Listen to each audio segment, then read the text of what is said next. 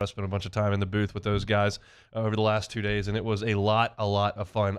We're going to talk about the baseball. No question, we will talk about the baseball.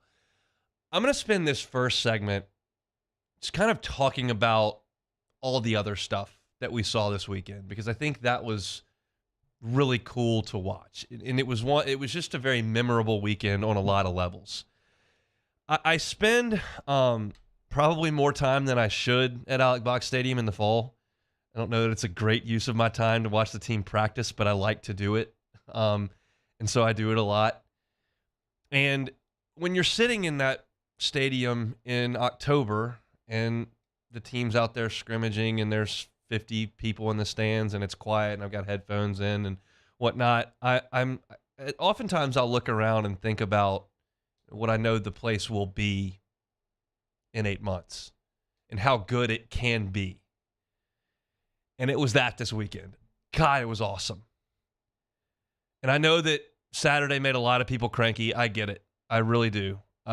It was unfortunate that they had to postpone the game, or that they did postpone the game. They could have played it at 2 o'clock, no question. And then you show up at 7 and they push it back 2 more hours. And it was an inconvenient day for a lot of people. I had friends that had come up from New Orleans for the game that ended up having to go home and not go to the game. I had some folks that had to be somewhere at night, whether it was a wedding or something, so they couldn't hang around, and I get it. But man, they started it up at 9:06 on Saturday, and the place was on springs. It was full, it was loud, and LSU played maybe their best game all year in front of a ridiculously hyped crowd. I had to duck out right at the beginning of the 9th inning because my ride home included a 13-year-old who really wanted to get ice cream before Andy's closed down the street. So we left before the game ended. But I can tell you that as of the bottom of the 8th, it was still pretty much full at 11:45. And that was really, really impressive by the LSU fan base. I know Jay said on the TV that doesn't happen literally anywhere else. I think they'd probably have a pretty good crowd in Starkville at 11 o'clock if they were trying to win a super regional and had a potential first overall pick on the mound. I think it'd probably be pretty good a few places, but it was fun. I didn't take anything away from the fact that it was phenomenal in terms of LSU. And I thought it was great that Jay allowed a curtain call for Paul Skeens. That took me back for a different reason, but it took me back to Katz and Rhymes, who were seniors on that team in 13, who were going to be the answer to the trivia question, who is the last 4-year player at LSU not to go to Omaha, because it hadn't happened since the mid-'80s. And they were going to be the guys, and they got it done against Oklahoma, and Paul brought them out before the end of the 9th inning, and they got a huge curtain call and got to hire, and Skeens got that, and he deserved that, got that moment. It was incredible.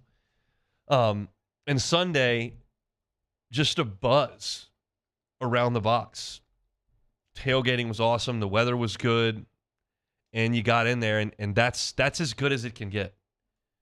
It was just 105% full, standing room only down the lines, loud, intense, raucous. And Kentucky handled it great, I thought. But that is the pinnacle of the sport to me. Now, we're going to do some more fun stuff this coming weekend and into next week, and that's at the ultimate scene of college baseball in Omaha.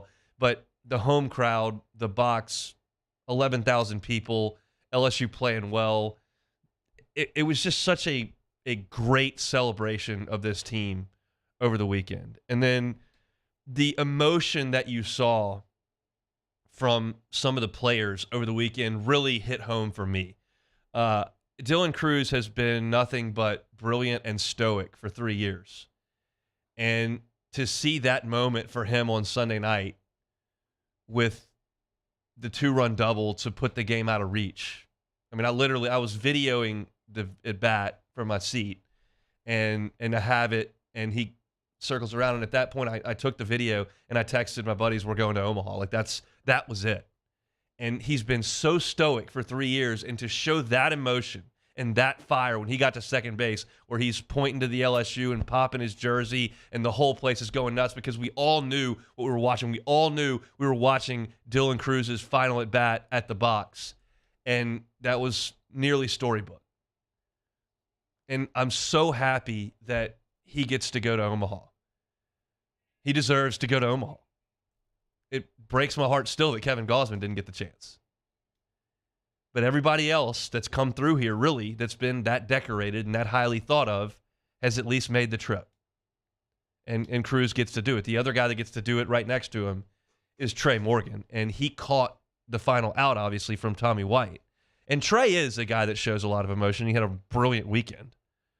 But if you go back and watch the highlight to end the game and Trey Morgan make that catch, you see this just raw emotion come out of him that you just don't see all that often. And Trey said before the regional started that he wanted to cry on the field in Omaha because the season was over and they had won it, as opposed to crying in the dugout because it was over and they'd lost. Well, if he's going to cry, win or lose, he's going to do it in Omaha. And he deserves to go to Omaha. So does Skeens. So does Dugas and Beloso. And how about those two freaking guys over the weekend? How about Cade Beloso pumping one over the right center field wall yesterday to give the first jolt into Alex Box Stadium? Jordan Thompson makes a ridiculous play in the hole to get that out. It was right after a Kentucky shortstop who was so good all weekend. I was annoyed at how good he was. But he had just made a really good play in the hole, and Jordan Thompson one-upped him with one of the best defensive plays we've seen LSU make all year. It was just a great weekend in the box. I know that I had a lot of friends watching on TV that were commenting how good it looked with the energy, even at late night on Saturday. And then if you were there, which I know a lot of you were, that's as good as that stadium can get. And the guys elevated their level of play to a point that Kentucky couldn't match it. They couldn't match Skeens, and they obviously just gorilla balled them off the field on Saturday. And then on Sunday, we knew at some point that Kentucky was going to go to Mason Moore. Just figured it would be the first time they got a lead. Well, they didn't. So they had to go to him trailing, and he held the rope. 4 1/3 innings of no-run baseball. But LSU's pitching matched him pitch for pitch. And after Floyd gave way to Cooper and Guidry, they were just nails. But to me, it's the emotion on the field. It's the emotion Jay showed, which he rarely shows. He took the ice bath, and he's jumping and going nuts with the players. And that's a guy who's single-tracked and focused and very routine-oriented and very, almost monotonous at times from the outside. And for him to show that kind of release, because it's just, you've got to celebrate these things when they happen. It's a long season. There are a lot of highs. There are a lot of lows. But when you reach this point and you know that you're going to Omaha, you've got to enjoy it. And Jay said that. And he said, look, he was going to show up to work this morning, so Monday morning, guns blazing, as he said it. But you got to enjoy last night. And the fan base did, and the players did, and it was just really, really special. And again, I it's a little bit over sentimental, and it's a little bit mushy or whatever you may say, but I think about that when I'm there in October, and when I'm there, watching them in January before they play, and even when you're beating non-conference teams by 1 million in February, you think about where you could be headed. And this weekend was all of that. And I get the frustration, but a big tip of the cap if you were someone who went to the game on Saturday and stayed till the end. Because, I'm a little removed from that because of the job and some of the things. And so, I've got the opportunity to go up there in the press box and hang out with Chris Blair. And so I get that it's an inconvenience, and it's a long day, and it's hot, and it's not always comfortable. And for the fan base to be there like they were on Saturday night is just really, really cool. So huge hat tip to the team, but to y'all, the fan base, to show up and be there at midnight, really, really cool. And the program was showed off over the weekend. And Jay said it on the broadcast from the transfer portal. It's a pretty good spot. And I've got a feeling they'll probably rope in some pretty good transfers. They've got work to do up in Omaha before then. Again, we'll have Mark Etheridge from Hattiesburg coming up at 2 o'clock, and Buzzy an hour and 20 minutes from right now at 2:30. But when we come back, I'll start getting into the baseball and what we saw and what kind of team and rhythm LSU is bringing up to the College World Series, because guess what? They're playing pretty good baseball. That's next. This is On Palmer. Our listeners fire off their opinions on the jimsfirearms.net hotline at 499-1045. Keep listening for your next chance to shoot us your thoughts with the jimsfirearms.net hotline on 1045 ESPN Baton Rouge. There it is, the extra mile, on the border of expected and extraordinary for those willing to go further, like vans customized for work or play, with safety and tech to keep you connected. Supported by a 5-star sales, service, and finance team. And backed by the 1-star you know. So go the extra mile. It's never crowded because so few have what it takes to go there. Mercedes-Benz Vans. Turn my music high, high, high, high, yeah. You don't know what you're doing. Sure I do. I'm from the streets where the hood can swallow on me. Bullets will follow on me. There's so much that you could run the slalom. And cops comb this top to bottom. They say that we are prone to violence, but it's home sweet home. With personalities clashing, chrome meets chrome. Prices up and down like this Wall Street. Gulf Coast Office Products is a nationally recognized Savin office equipment dealer based right here in Louisiana. Over 100 employees strong, Gulf Coast has the boots on the ground to support all vertical markets, from education, engineering, legal, and finance. With the latest in office technology, from desktop to production segment units, Gulf Coast and Savin have the perfect fit for you. Call 225-756-2644. That's 756-2644 for Gulf Coast Office Products. I've been doing business with Luba for 25 years. They're dependable, trustworthy. It's just the attention to detail with our clients. Our folks have years and years of experience. They're highly trained professionals, but many companies have that asset. What I'd like to think makes Luba a bit different is that we use those talents in a way that truly is dedicated to serving the needs of the folks who depend on us.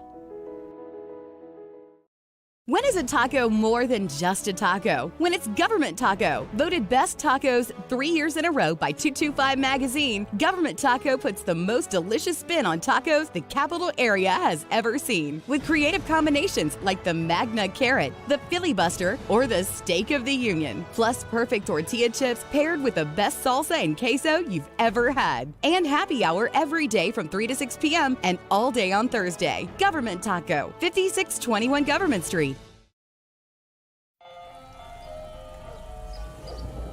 Hey there, little buddy. What's the matter? What's the matter? My windows, siding, and my door. That's what's the matter. Relief Windows can fix all of that. I got you. Pop, pop. What's up? Oh my gosh, look! Curb appeal. That's a good-looking neighborhood. ReliefWindows.com.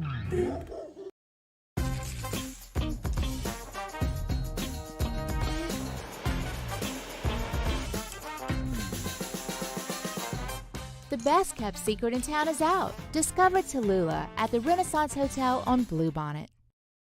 Gulf Coast Bank and Trust is giving our customers the power to bank anywhere, anytime during this challenging event. And we're right there with you. Our mobile banking app is a smart way to manage your money and time.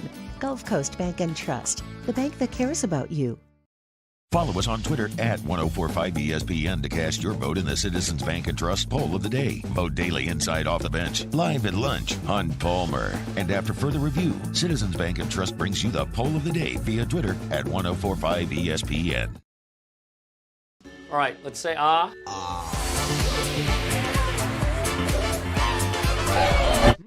Jimmy Ott and Charles Haniger for Live at Lunch. We're live at Doe's Eat Place on Government Street in the heart of Mid-City.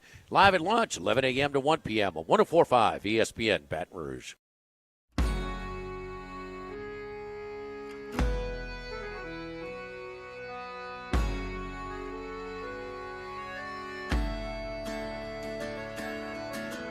Start tearing the old man down, run past the heather and down to the old road. Start turning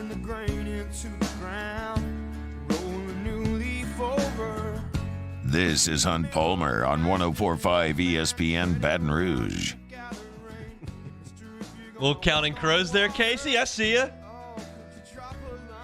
Let's leave it on. Thing of beauty. I may or may not have listened to this song on repeat the entire way from the box to my house last night. I don't live that far. It wasn't like a 45-minute drive. I think I listened to it like 4 times, though. Feeling good. Vibes are good. Tigers are headed to Omaha. Take on the winner of Southern Miss and Tennessee this afternoon at 5. Maybe, because the weather does not look super awesome in Hattiesburg. Stop me if you've heard that before. But great weekend for LSU. Where I wanted to start baseball-wise was the performance of LSU's bullpen. Really, for 2 weekends now in NCAA tournament play.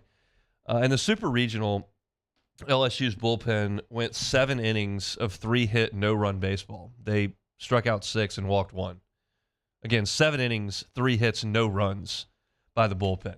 Blake Money came in to clean things up for Paul Skeens for an inning and a third of I guess, nearly perfect baseball on Saturday night. And then Sunday, Riley Cooper with 3 shutout innings, just 2 hits allowed, a strikeout and a walk. And Gavin Guidry finished the deal with 2 2/3 innings, 1 hit, no runs, 4 strikeouts, and no walks. If you take the 2 NCAA tournament weekends from the regional and the super regional, LSU's bullpen has been very, very solid. The total is 18 1/3 innings of bullpen work, 17 hits, 9 earned runs, 16 strikeouts, and 7 walks. They've kind of found what they're going to go with at this point. They like Gavin Guidry at the end of games. They like his moxie, his competitiveness, and the stuff's pretty good. The fastball's sitting around 91, and the breaking ball is excellent. I thought one of maybe the biggest moment of the weekend was Gavin Guidry getting a strikeout with 2-1 and 2 out in the 7th. And that was just monstrous. It was a tight game. Kentucky had a chance to draw even there or take the lead, and he gets the punch out with a breaking ball. And he oozes confidence. It's just, he doesn't look like a freshman when he's out there. I heard Charlie and Jimmy talking about him a little earlier, and that's just something you've got to have at the back end of games. There are some guys who are just pretty good in the 6th inning and aren't as good at the end, and Guidry's damn good at the end. And they like the way that he's throwing it. And now Riley Cooper has really kind of found something. I think when I think about Riley Cooper, and we were talking about him, as of early May-ish, his batting average against was well into the 300s. And when I think about that, I certainly can't go back and go outing by outing and pitch by pitch as to what his first 11 outings looked like.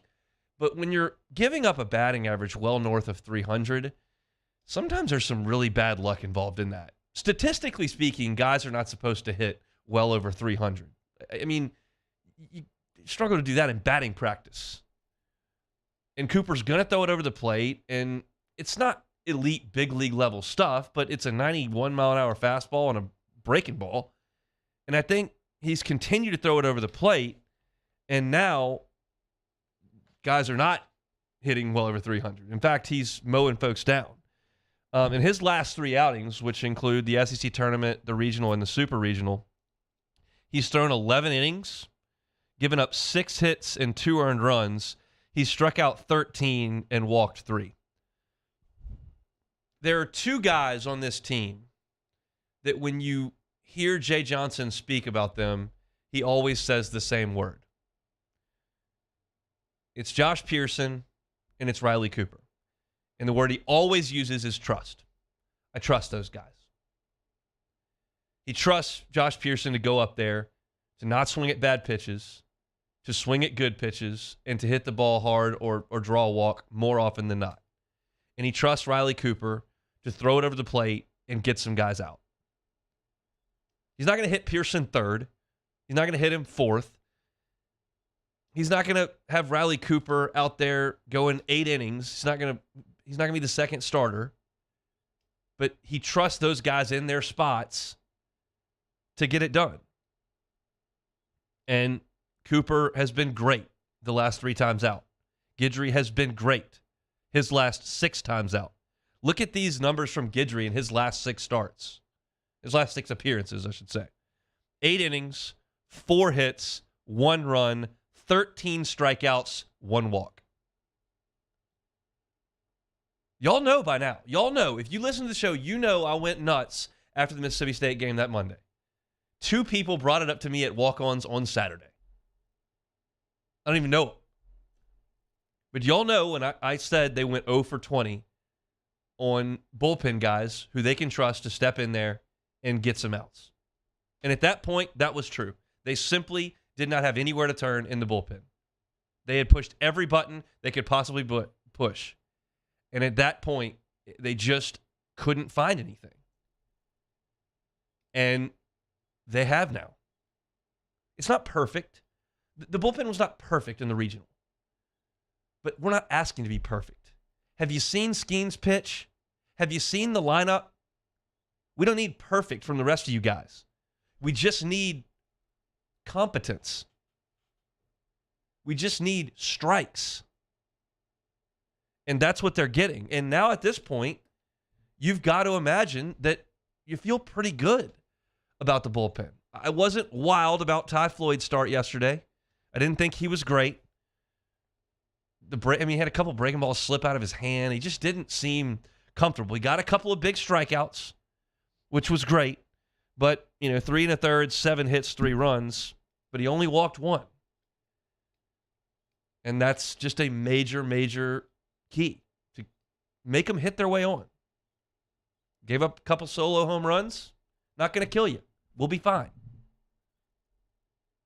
I thought maybe the most interesting spot last night was sitting there in the 7th and 8th inning with the 2-run lead before Cruz came up in the 9th and stretched it.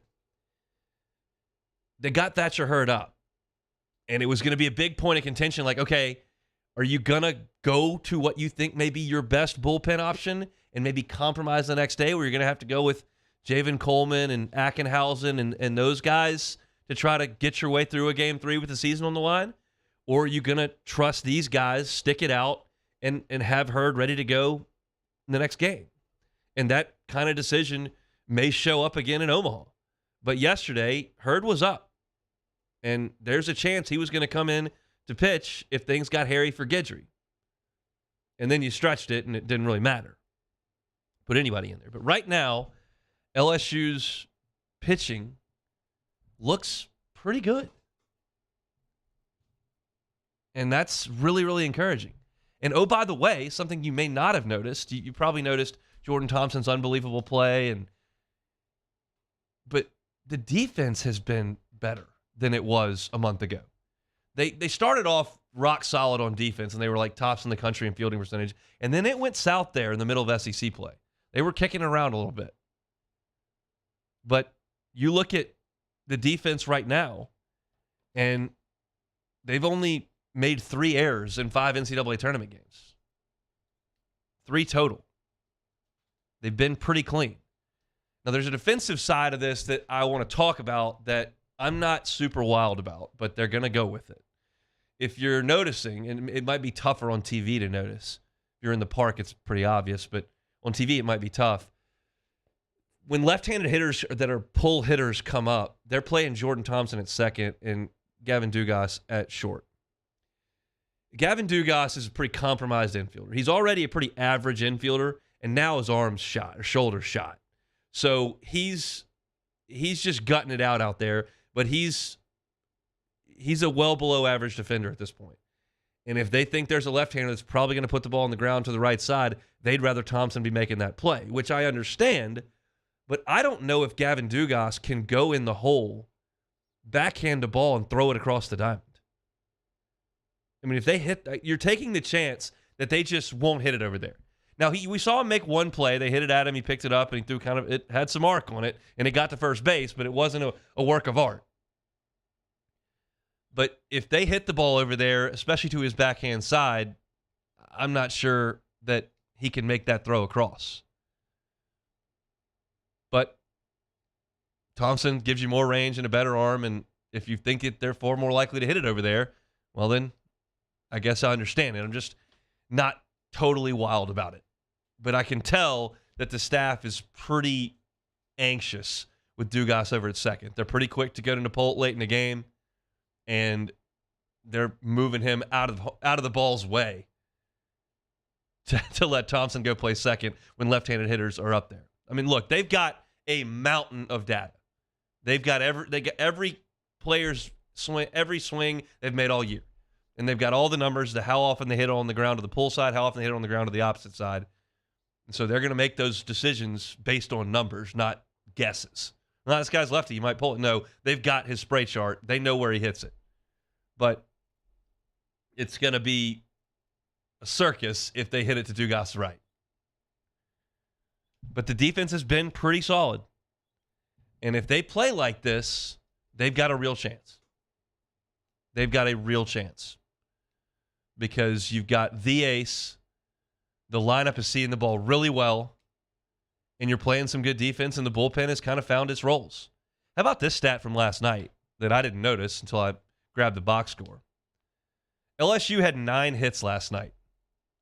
Every single player in the lineup had 1. 9 hits. Everybody, 1 through 9, had 1 hit. Some were bigger than others. Beloso, big homer. Cruz crushed 1. Morgan just piping hot all weekend long.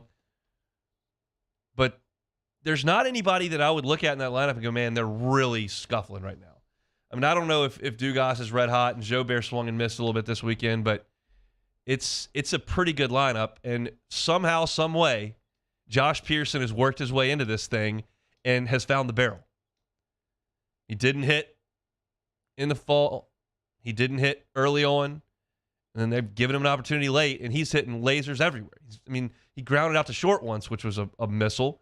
Got on base a couple more times, hitting the ball hard, hit the ball to the ballpark on Saturday. That's just a revelation. He wasn't even a thought 3-4 weeks ago. Jobert, Kling, Morgan, Jones, Beloso. That was the first base, right field, left field musical chairs with the DH, and Pearson wasn't even really involved. Now, all of a sudden, he's stinging it. And I feel like you've gotten the Josh Pearson of last year back.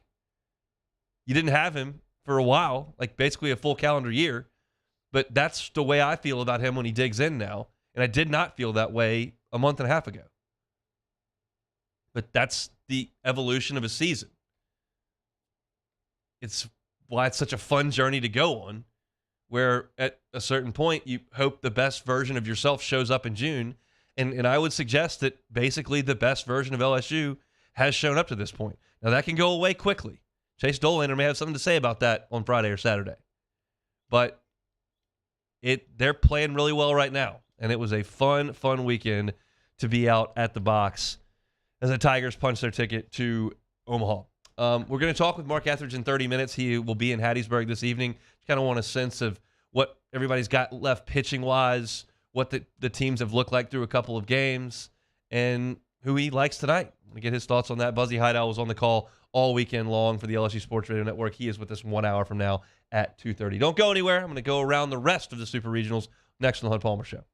Hunt Palmer on 104.5 ESPN Baton Rouge. LWCC is Louisiana loyal, elevating and celebrating champions of Louisiana like Corey Barr. Corey Barr is the owner and founder of Parish Restaurant, Standard Coffee Company, and Heritage Catering in Monroe, Louisiana. That's where he was born and raised. He was a Food Network Star finalist in 2017. He beat Bobby Flay. Food and Wine named him People's Best New Chef in America in 2015 and People's Best New Chef Gulf Coast in 2014.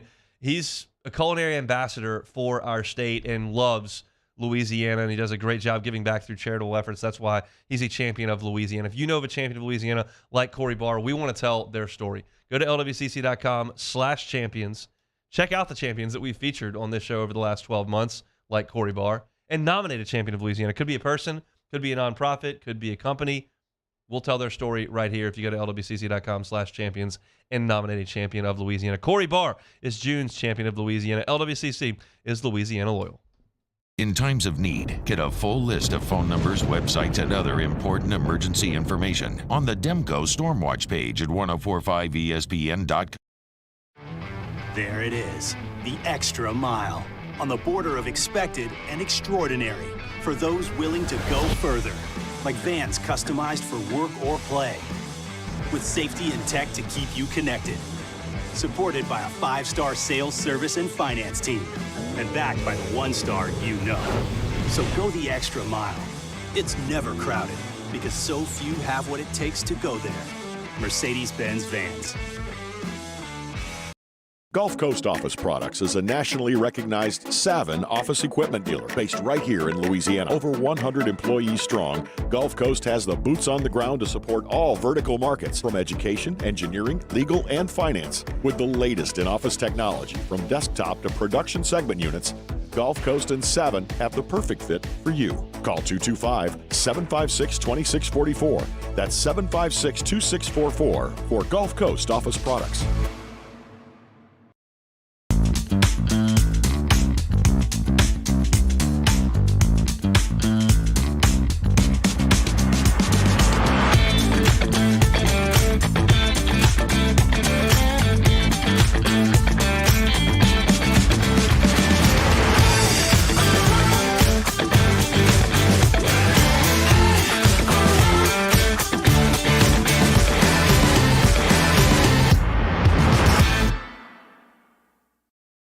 Bayou Chrysler Dodge Jeep Ram has $25,000 off new 22 Ram 1500 SCA trucks and incredible deals on all remaining 2022 inventory. All with Bayou's 1 million mile warranty. The crew at Bayou Automotive is going to do right by you.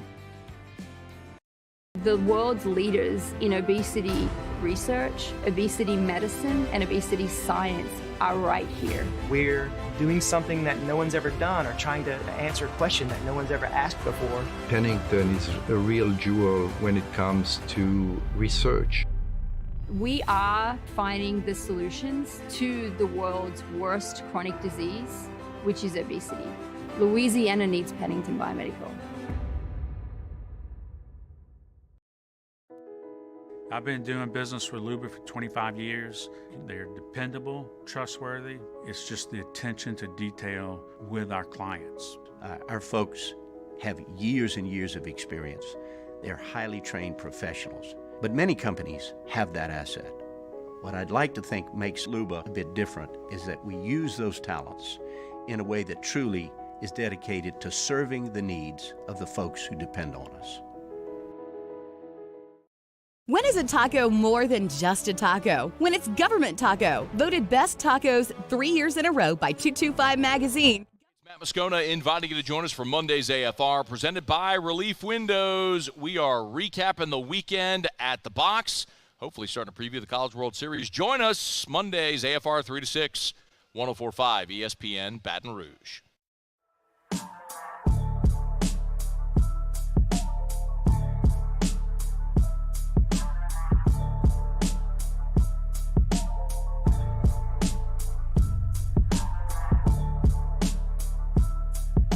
You're listening to Hunt Palmer on 104.5 ESPN Baton Rouge. Get the entire field set for Omaha. 2 games to be played today. It'll be Southern Miss and Tennessee and Hattiesburg, and then Stanford and Texas will play later this evening. Excited to get on home and watch some of that. But there's a lot that's already been decided, so we'll talk about the weekend that was in college baseball. Wake Forest just drilled Alabama in Game 2. Game 1 was tight. 5-4 ball game, but things got out of hand pretty quickly for the Tide in Game 2. 22-5 was the final. Brock Wilken on Sunday hit 3 home runs for Wake Forest. Wake hit 9 bombs yesterday in Game 2 of that Super. If you count the regional and the Super, Wake Forest outscored their opponents 75-16. So you look at that team, it looks pretty complete. I don't see a huge hole. I think the top of the rotation is as strong as anybody just south of LSU. Louder's really, really good. They've got a couple more starters, so LSU very well may see one of those coming up next weekend. And then they hit a lot in that ballpark. We'll see what it looks like in Charles Schwab, which was TD Ameritrade, but they 9 home runs in Sunday's game. Wake moving to the College World Series for the first time since the mid-'50s. Florida beat South Carolina in 2 games. Look, Game 1 was a really competitive ball game. I thought was well played. South Carolina threw a couple of early haymakers, but Florida responded. Got Rivera hitting the home run, and it was the biggest crowd in the history of Florida baseball They had like 8,400 people there in game one. And then game two was the Hurston Waldrop show. I mean, y'all remember him from last year at Southern Miss. In game two of that Super for Florida, he went 8 innings of 3-hit shutout baseball. He had 13 strikeouts and 2 walks. And when you pair Sproat and Waldrop together at the top of that rotation, somehow Brandon Sproat doesn't just dominate every time out, because when I watch him pitch and I see a 99-mile-an-hour sinking fastball and a devastating changeup and a pretty good breaking ball, I'm like, how does anyone ever get a hit off this guy? But his ERA's north of 5 all year. So it's a weird deal, but Waldrop's been excellent over the two, the regional and the super regional. If you pair his regional start against UConn and super regional start against South Carolina, you're looking at Waldrop 15 innings, 8 hits and 1 run, 25 strikeouts and 4 walks for Hurston Waldrop. He is really dialed in right now and should be a first-round pick in the draft coming up next month. So Florida is headed back to Omaha. They'd been on a little bit of a drought as well since winning the national championship against LSU in 2017, but Kevin O'Sullivan's team is headed up there and I think is the favorite to come out of their bracket. They're real good, real good. TCU beat Indiana State 4-1 and 6-4. Not anything super noteworthy from that Super. Obviously, Indiana State kind of got unlucky not being able to host, but TCU did. They had huge crowds, and they won the 2 games. TCU's now won 11 games in a row. They're making their 6th trip to Omaha in program history. So Jim Schlossnagle moves on. They go ahead and tab Kirk Sarloos as the head guy, and he gets them to Omaha in year 2. So excellent work there from TCU. I mentioned Tennessee and Southern Miss. We're going to set that whole scene for you in 25 minutes with Mark Etheridge, but I want to tell you a little bit about what I saw, because LSU will be playing one of those 2 teams on Friday or Saturday, and I know there are a lot of you that are anticipating it being Saturday. I think that's safe to anticipate. It is not, as I understand it, set in stone. They are still going to make that call this evening. Once the bracket is set, they'll come out with game times. And trust me, they won't be in a hurry. They didn't tell Tennessee and Southern Miss what time they were starting until well after 11 o'clock last night, which I think is absolutely asinine, but that's what they did. It's not set in stone for those that may believe that it is. I know that Jay said yesterday it's Saturday. I know Michael Caldwell from Channel 2 did tweet that it's Saturday. As I understand it, that has not been determined. It's just a lean. We think that's what it's going to be based on the times of the Supers that we saw this weekend. But Tennessee and Southern Miss had big-time weather issues on Saturday. Southern Miss got off to a good start, had a 4-0 lead. They're delayed for an hour and 20 minutes. They come back and play briefly. Then they're delayed to the next day. But Southern Miss did enough with their best bullpen arm to win game 1 without Tanner Hall. And then they've got all their chips ready to roll. You go into game 2, you got your ace on the mound, you're at home, you got a chance to punch your ticket to Omaha. Scott Berry's last year, here we go. And Tennessee basically lit Tanner Hall up. I mean, I don't have another way to say it. I was watching the game. He goes 4 1/3 innings, gave up 6 hits and 7 runs. 6 of them were earned, a walk and 5 strikeouts. Gave up what was really a single, and it ended up the center fielder misplayed it, went all the way to the wall. Ended up being a 3-run double or triple maybe, but they hit Tanner Hall really hard, and he's a really good pitcher. I don't mean to diminish him, and we may be talking about him later this week if Southern Miss is able to win today. But he's very heavily reliant on the changeup, and he left some changeups up against Tennessee, and they knocked it around pretty good. In that game, Chase Dolander started because Andrew Lindsey started the first game for Tennessee, as he's been doing for over a month, and Southern Miss got the big swing on Dolander. I've got a 3-run home run in the third. It was a 4-run third inning. Okay, we got our ace on the bump. We got a 4-0 lead. Game 2 of the Super. Here we go. We're going to Omaha.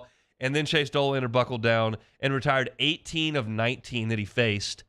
And Southern Miss had no answer for him. They went to Burns at the end to close it, but Southern Miss was able to Tennessee was able to chip away, take the lead, and they win game 2 of that Super Regional by the final score of 8-4 to force a game 3, an all decisive game 3. If you weren't watching Tennessee and Southern Miss yesterday, Blake Burke hit a ball, was one of the deepest home runs I've ever seen. Todd Walker said on the call, he said, I've been watching baseball for 35 years. I may not have seen a ball hit further than that. He hit it 478 feet, and it bounced in the parking lot beyond all the trucks in right field and ricocheted off the church in right field. And he just dropped the bat. I mean, Blake Burke's a big old dude. Left-handed, got a ball down around a little below the belt, and I mean just absolutely hammered it. You know all those trucks in right field where Southern Miss pulls up to the gate? It's got kind of an old Starkville feel to it, and they're all sitting in the lawn chairs, and they're looking up at this thing as it flies over. It was absolutely tattooed off Tanner Hall, and the Vols win it. So the way that one sets up is that Tennessee's going to send Drew Beam out there, I'm sure, and he's really solid. And Southern Miss has kind of spent its best bullets. I think Southern Miss's chances of winning a 4-3 game are not very good today. They probably need to go out there and score 8, 9, 10 runs in this game. It feels like Tennessee's going to score against the back end of Southern Miss's pitching staff. I know that they are fairly deep, but they've used their two best bullpen arms and Tanner Hall. I just don't know what's left for Southern Miss, and I know that Tennessee is ready to rock. Chase Burns is ready to go, and, of course, Drew Beam, who's going to start the game, is ready to go. So I think Tennessee is a prohibitive favorite in the game this afternoon. We'll talk to Mark Etheridge about it in 20 minutes. Oral Roberts beats Oregon in Game 3. Somehow, Oral Roberts managed to blow an 8-run lead in the first game and lose 9-8. They were up 8-0, lose 9-8. Then Oregon needs 3 outs to go to Omaha, and they give up a 2 spot in the ninth to lose in Game 2. 8-7 was the final. And then Oral Roberts knocked him around in Game 3. 11-6 was the final. Look, Oral Roberts is 46-11. And are they Coastal Carolina or Fresno State, or are they Stony Brook? I guess we'll find out when they get up there. But they've traveled, went to Stillwater and won it, went to Eugene and won it. And that was a pretty wild super, but it's a team it's won a lot of games. 46-11 is 46-11. So hat tip to Oral Roberts for getting there, and Oregon just couldn't quite get it done. Virginia beat Duke in an ACC showdown. If you were listening to my show on Friday from Rouse's, man, the drama in Game 1 of that super. Duke's got the lead. Virginia has 2 guys on, 2 out in the ninth. Absolutely crush a ball to left center field. Looks like a 3-run walk-off homer, and the Duke left fielder catches it banging up against the wall to basically rob a home run and take the game. And Duke wins. But Virginia came back in the last 2 games and won 14-4 and 12-2. They outscored Duke in games 2 and 3, 26-6. They got 30 hits between those 2 games, and that's a team in Virginia that leads the country in batting average, and they flex those muscles on Duke for sure on Saturday and Sunday. So Virginia and Coach O'Connell headed to Omaha, beating Duke and sending Giovanni DiGiacomo and company home for the summer. And the last one is Stanford and Texas. I got to tell you, and we had a discussion about this in the hallway earlier. It was T-Bob was there, Hester was there, Matt was there. We were chatting. I can't send a guy out there for 156 pitches. He may be fine. He may have a rubber arm. He may not think he has pro prospects, which I think he does. Quinn Matthews is their best arm. But 156 pitches is too many. You got a 5-run lead in the ninth inning. There's no reason to send a guy back out there at over 150 pitches. That's just, to me, it's reckless. It's nonsensical. It shouldn't happen. I understand those of you that say, hey, that's guys used to do it all the time. Got to win the game. Kid said he was fine. The velocity was still there. All that is fine and well, except it's wrong. You can't send a guy out there for 156 pitches. Quinn Matthews started the regional opener against San Jose State and threw 114 pitches on Friday of the regional. He came back on Monday against A&M on 2 days rest and threw 66 more. Then Sunday, he goes 156. That in 10 days is 336 pitches. It's too many. And if Stanford gets to Omaha, they will be on LSU side of the bracket. And I just have a hard time believing that Quinn Matthews' arm's going to be able to shake out back from this. That's just the feeling I have. 156 pitches after being basically overworked in the regional is too much for me.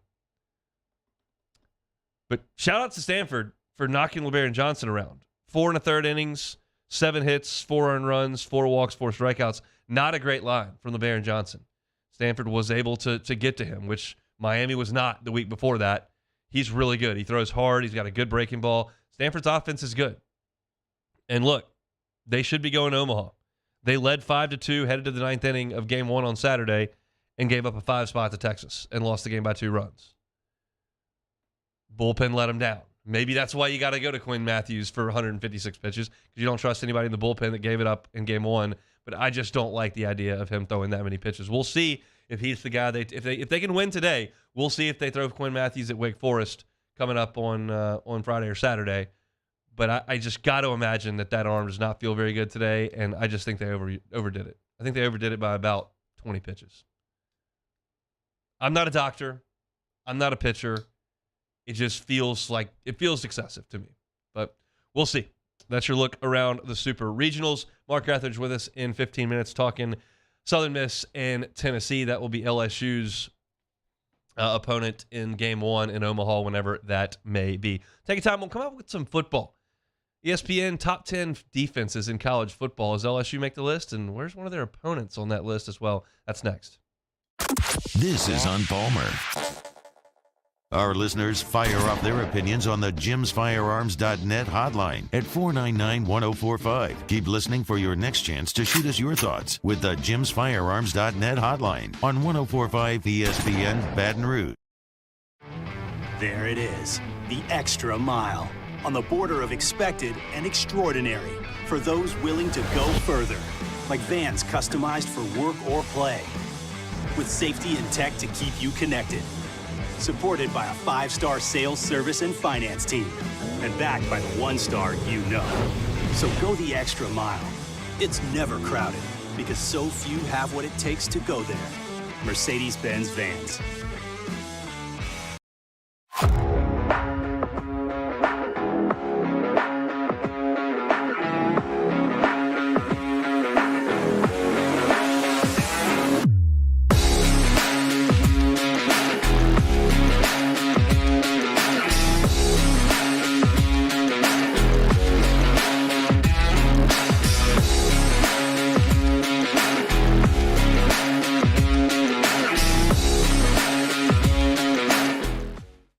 Gulf Coast Office Products is a nationally recognized Savin office equipment dealer based right here in Louisiana. Over 100 employees strong, Gulf Coast has the boots on the ground to support all vertical markets, from education, engineering, legal, and finance. With the latest in office technology, from desktop to production segment units, Gulf Coast and Savin have the perfect fit for you. Call 225-756-2644. That's 756-2644 for Gulf Coast Office Products. I've been doing business with Luba for 25 years. They're dependable, trustworthy. It's just the attention to detail with our clients. Our folks have years and years of experience. They're highly trained professionals. But many companies have that asset. What I'd like to think makes Luba a bit different is that we use those talents in a way that truly is dedicated to serving the needs of the folks who depend on us. When is a taco more than just a taco? When it's Government Taco. Voted best tacos 3 years in a row by 225 Magazine, Government Taco puts the most delicious spin on tacos the capital area has ever seen. With creative combinations like the Magna Carrot, the Filibuster, or the Steak of the Union. Plus perfect tortilla chips paired with the best salsa and queso you've ever had. And happy hour every day from 3 to 6 p.m. and all day on Thursday. Government Taco, 5621 Government Street. Hey there, little buddy. What's the matter? What's the matter? My windows, siding, and my door. That's what's the matter. Relief Windows can fix all of that. I got you. Pop, pop. What's up?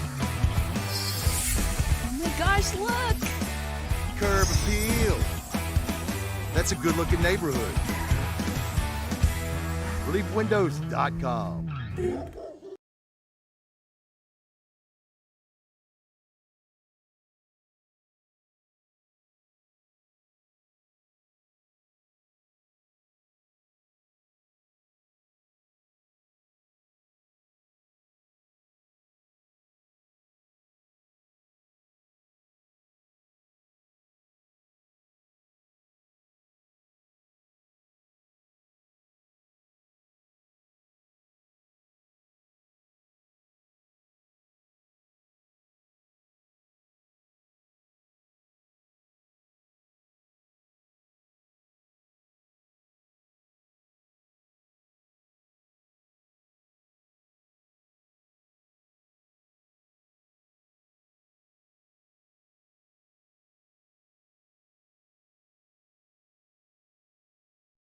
On Tuesday's OTB, we'll continue to celebrate the road to Omaha as we break down the bracket now that the final 8 are set. What does LSU's path to a natty look like? And a brand new OTB mailbag. Off the bench, 7 to 10 a.m., 104.5 ESPN.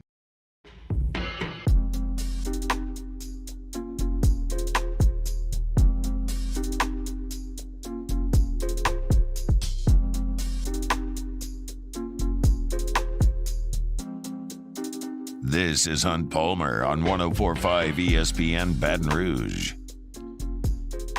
So ESPN's doing a bunch of ranking stuff, and that's what we'll be doing a lot of in July, I guess. Shout out LSU baseball for getting us deep into June here for some content. And we got SEC Media Days coming up, and then I'm going to take a week off in July, which is good. And once we get to August 1st, you got football to talk about, and everybody's in training camp and fall camp, and we're in good shape.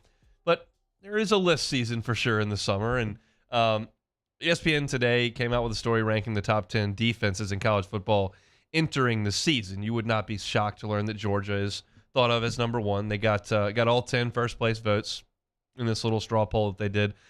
So they are the number one returning defense in college football. You lose Jalen Carter, you lose Keely Ringo, Nolan Smith, Chris Smith, Bear Alexander as well, but they still have a lot of guys coming back that have played a lot of good football for them.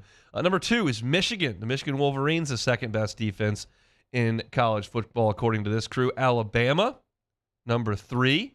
Kevin Steele taking over as the defensive coordinator for Nick Saban. They got the Crimson Tide there at 3. They've got Penn State at 4, Clemson at 5, Iowa at 6, and the Florida State Seminoles at 7. I'm already thinking about Jared Verse.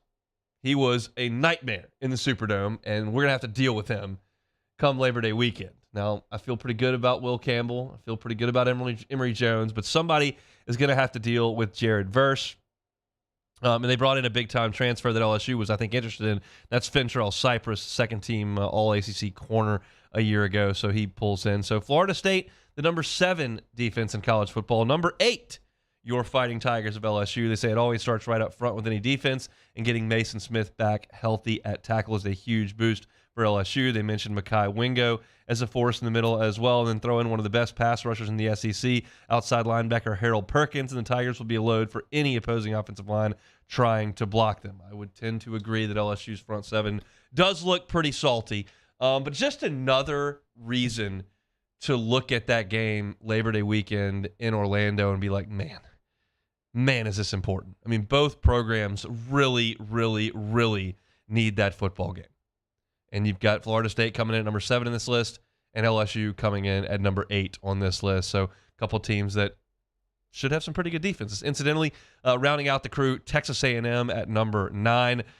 The beef of that massive recruiting class is supposed to take a big step entering this year. You're talking about McKinley Jackson, Shamar Turner, Fadil Diggs, Walter Nolan, Shamar Stewart, LT Overton. That's a lot of guys. Most of those were in that monster recruiting class. So we'll see what the A&M defense looks like. I think more people are concerned about what the offense is going to look like, but the defense returns a lot of star power on defense. Whether or not it's going to be productive or more productive than it was last year, I guess remains to be seen. So that's a list from ESPN.com. Best defenses in college football. They polled 10 writers there on their ESPN staff, and that's what they came up with. So take their word for it, huh?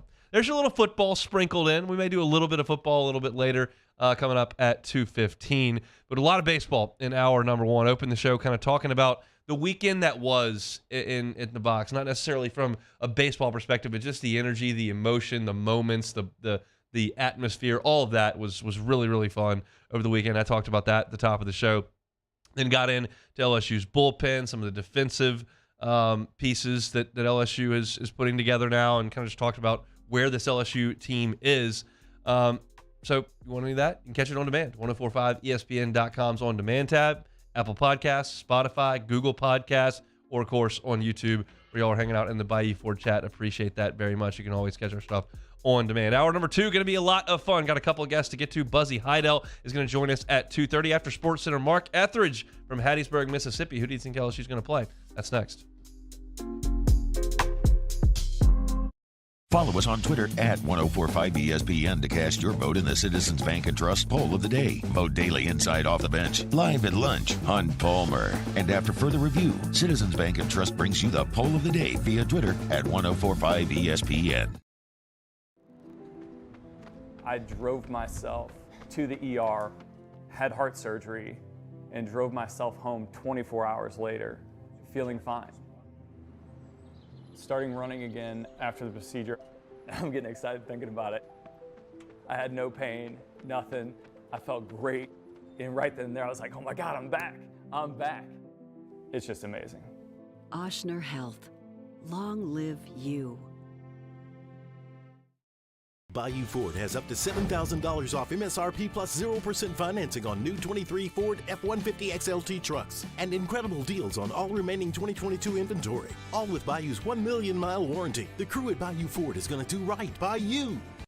The importance of doing this Fortified program and offering it to people down here is, number one, the only real chance you're going to get to do this is when you put on a new roof or build new. And through companies like HUDCO, who's kind of leading the way in this thing, it's going to offer the customers a huge advantage in the insurance market and the price of their insurance. You know, we're not looking to make a fortune off fortifying. We're trying to give you a better product than our competitor at the moment. I'm trying to do something that he can. I'm trying to give you something better. So a lot of these insurance shops, you're getting a re-roof, you're only paying your deductible. Let's sit down and talk about the Fortified and let's see what it does to your insurance premium. You're getting a steal. Yeah. You're getting a brand new roof and a Fortified certificate for your deductible, essentially. I think we're rocking and rolling.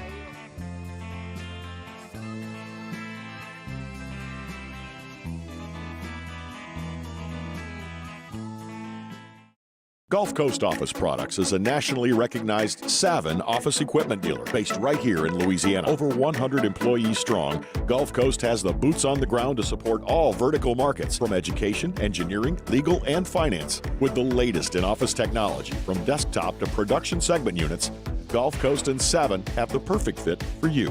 Call 225-756-2644. That's 756-2644 for Gulf Coast Office Products. There it is, the extra mile, on the border of expected and extraordinary for those willing to go further, like vans customized for work or play, with safety and tech to keep you connected, supported by a 5-star sales, service, and finance team, and backed by the 1-star you know. So go the extra mile. It's never crowded, because so few have what it takes to go there. Mercedes-Benz Vans. I've been doing business with Luba for 25 years. They're dependable, trustworthy. It's just the attention to detail with our clients. Our folks have years and years of experience. They're highly trained professionals. But many companies have that asset. What I'd like to think makes Luba a bit different is that we use those talents in a way that truly is dedicated to serving the needs of the folks who depend on us. When is a taco more than just a taco? When it's Government Taco. Voted best tacos 3 years in a row by 225 Magazine, Government Taco puts the most delicious spin on tacos the capital area has ever seen. With creative combinations like the Magna Carrot, the Filibuster, or the Steak of the Union. Plus perfect tortilla chips paired with the best salsa and queso you've ever had. And happy hour every day from 3 to 6 p.m. and all day on Thursday. Government Taco, 5621 Government Street.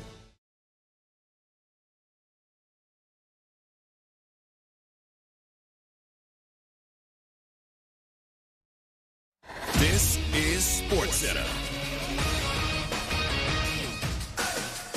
I'm Doug Brown. The Miami Heat have 7 road wins already in this postseason. That's a franchise record. But they'll need another one tonight to prevent the Nuggets from winning their first NBA title. Heat coach Eric Spoelstra. Our guys love to compete and love these kind of environments and having things decided between those 4 lines. There's no narrative that can decide it. The crowd can't decide it. The analytics about 3-1 can't decide it. You have to have a certain level of defiance. You can hear more from Eric Spoelstra during our NBA on ESPN Radio Game 5 coverage starting at 7:30 Eastern. The game also on ABC TV. And our Adrian Wojnarowski reports Heat guard Tyler Hero may try to play tonight for the first time in the series. There could be 2 first-time champs by late tomorrow night.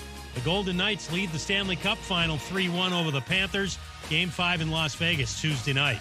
A U.S. Senate committee plans to review the PGA Tour's planned merger with Live Golf and the DP World Tour.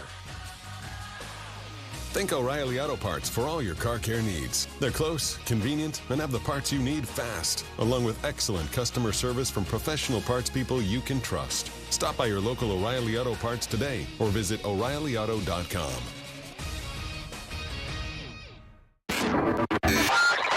Now, Hunt Palmer on 104.5 ESPN Baton Rouge. Holding down the middle of the day. Live from the Mercedes-Benz of Baton Rouge studios. This is Hunt Palmer. Hour 2 on this Monday. Hope your work week's off to a good start. I got a feeling it probably is. Vibes pretty good in Baton Rouge. The Tigers are headed back home to Omaha coming up in the College World Series this weekend. Who they will play, still up in the air. Tennessee and Southern Miss have to decide it in a winner-take-all Game 3 in Hattiesburg. Man that has been there all weekend and will be there again tonight is Mark Etheridge from D1 Baseball. Joins us now on the Jim's Firearms Hotline. Mark, thanks for the time. How are you? Doing good. Just hoping we get some good weather. I guess you folks in Baton Rouge can relate. That's the last thing anybody here wants to talk about is weather, but what's your understanding of what they're looking at in Hattiesburg this evening? It's just a kind of a hit or miss thing like we know around this time of year? Yeah. I mean, they're scheduled for 5 p.m. It's supposed to rain pretty much from 3 o'clock on tonight. So hopefully there's baseball. I think they're going to do their best to try to play, but I'm afraid it's going to be some of this stop and start mess that nobody really enjoys. Not in the least. They did some of that in Game 1 in Hattiesburg, and Southern Miss came out victorious without using Tanner Hall, and you kind of feel like, okay, now you got your guy ready to go at home with a win to get you to Omaha, and he just didn't have his best stuff, and Tennessee knocked him around. Does it feel like Southern Miss missed their opportunity yesterday? Yeah, I think so. I do think that they were set up. They had everything they wanted. They got a win, in the suspended game, and really pitched well. I mean, it was kind of one of those deals where they threw 2 of their 3 best guys. They didn't throw Hall, but they threw the best reliever and burned him. And as a result, you had to get by. You hope that you could win with offense, and then that Tanner Hall would be at his best. And it's just kind of one of those things. You can't. It just shows how good Skeens has been. I mean, Tanner Hall's one of the best pitchers in the country, and even he has a bad day some days. And he made a couple of bad pitches he liked to take back, and that was really the difference in the game. That, and then Southern Miss jumped out early in game 2 and had a 4-run lead. Yeah, and then Chase Dolander, when Tennessee came back and they scored some runs, they had a 6th spot. Just they answered that 4 spot with a 6th spot of their own. And he was just money from then on. It was like he settled down. It's like, hey, it's okay if I don't pitch a shutout. I'm just going to go out and do my thing. And I think at one point he retired 18 out of 19 batters down the stretch, and he was just really good. And then they finished with Chase Burns, who came in and he had 4 straight pitches, 100 miles an hour, and that was really it. I mean, that was Tennessee just they were the better team yesterday. Now, how that shakes up for today is a good question. I mean, Drew Beam has been at his best, has been really good. He's just, he hasn't been as consistent as he was last year. He's going to start for Tennessee against Nico Mazza, who's been a pretty good pitcher for Southern Miss. He's not he's not going to have the stuff that like Beam will have, but he's been an effective pitcher. But you know how it is in these winner-take-all games. It's kind of all hands on deck. So we'll probably see a lot of arms for both teams. And you also have to account for the rain, factoring in that as well. Yeah, no question. I think most of our audience here in Baton Rouge knows the story of Tennessee's rotation this year. Dolander was the guy. Tennessee started out 5-10. Vitello shook everything up. He started with Andrew Lindsay at the front, and then Dolander in Game 2 and moved Burns back into the bullpen. I think everyone's pretty familiar with that. But what does your gut tell you about Game 1 in Omaha and who Tony Vitello would start? Would he continue with Lindsay, or do you think it's time to shift it up? And if you're going to face Paul Skeens, you might as well do it with Chase Dolander. Yeah, Well, Lindsey has been their guy down the stretch. Yeah. I mean, he doesn't have the stuff that Dolander has. So that's an excellent question. I mean, I do think that, the way that Dolander threw at South Carolina in the finale, struck out 13 in 6 innings, and then the way he threw after the 3rd inning in Hattiesburg, I mean, Southern Miss can hit. It's a good lineup, and he shut them down. I mean, they were not effective after that 4th inning. I mean, if you're going to match up with schemes, I mean, nobody really does. But I think if you throw Dolander and Burns up there and piggyback those, then that's as good a shot as anybody's going to have. So maybe that's the route they go. And then you roll your dice that the rest of your staff is going to, pick it up the rest of the way. And that's going to be fascinating because also, Wake Forest is in that bracket. What do they do? It's everybody's been hoping for an LSU Wake Forest matchup all year, and you're going to get it, but you're probably not going to get either ace. So that's to me is not as appealing. I really wanted the two best pitchers in baseball to clash, and maybe they will later on in the week, but it doesn't look like we're going to get it off the bat. Likely not. I know you've been in Hattiesburg, but from what you have seen of what LSU did this weekend, what were your impressions? Obviously, the first game was just a total walkover. It's hard to believe that you wait that long to play, and maybe Kentucky didn't handle it well, but LSU handled it perfectly. I mean, it was as good as you're going to play, and then to come back and everyone. It's been everyone's question. Well, what happens if Ty Floyd doesn't give you a deep start? Okay.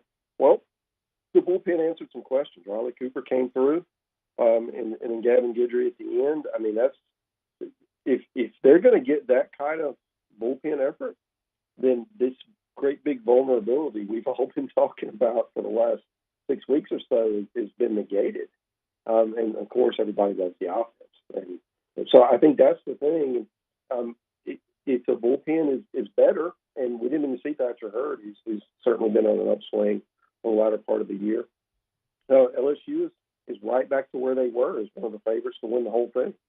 How do you compare this Wake Forest team to what we saw in Knoxville last year? It's going to be fascinating because they pitch in that tiny little ballpark. It's like, it's 305 down the lines or something like that. I mean, it's just tiny. But then the other teams are playing in it too. And they're able to be successful and hold teams to keep them in the ballpark, basically.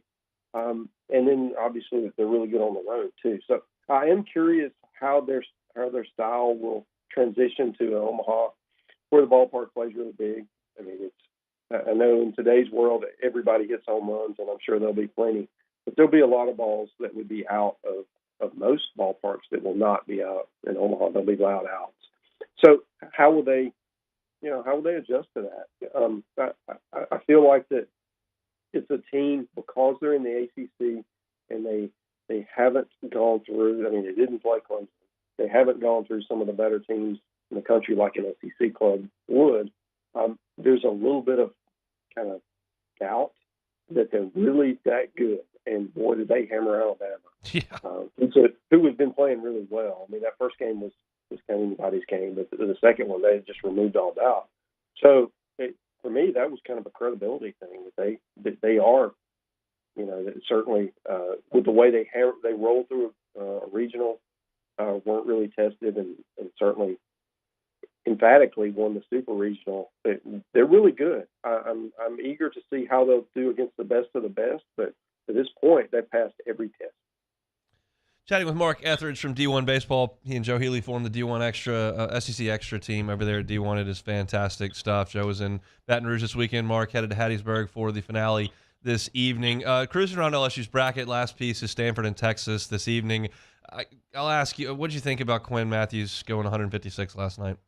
Yeah, not real crazy about the number, but you certainly got to hand it to the kid. Made a moment for himself, carved a legacy, all those kinds of things. Really gutted it out. Part of me, goes back to when this used to be more commonplace, and we saw that quite a bit. And now it stands out because you just do not see this anymore. I mean, it's so rare to somebody to go 120 now is a rarity, and to go 156. Yeah, I don't like it, but it kind of gets into that whole agreement. Well, what's the number, and why is some kid able to do it, or man is able to do it, and then another one is not, right, and not suffer any kind of injury. Every arm is different, and there needs to be a care for each. It's so weird because you'll see guys on the same staff go through the same routine, have similar workloads. One of them ends up with an arm injury, and the other one parts. It's just we don't know, and that's the part where I'm hesitant to kind of lambaste someone for exceeding it, because I don't. Not only do I know, but no one knows. I think you just have to use your best judgment and hope that they have the best interest of the player at heart. But that is a lot of pitches, and it wasn't just a one-time thing because he threw a lot last week in regional play. So that would be probably the bigger concern for me, is just the accumulation over 2 weeks than the one-time outing. Yeah, I went back and ran the numbers. 336 pitches in 10 days. So 114 on Friday, then 66 more on Monday, and then 156 on Sunday. That's quite a workload there. What does your gut tell you about a winner out west tonight? I just like Stanford. I think it'll be kind of like what they did with A&M. Their backs against the wall, and they rolled through the losers bracket to take the series. They should have beat Texas. They melted down at the end of that game.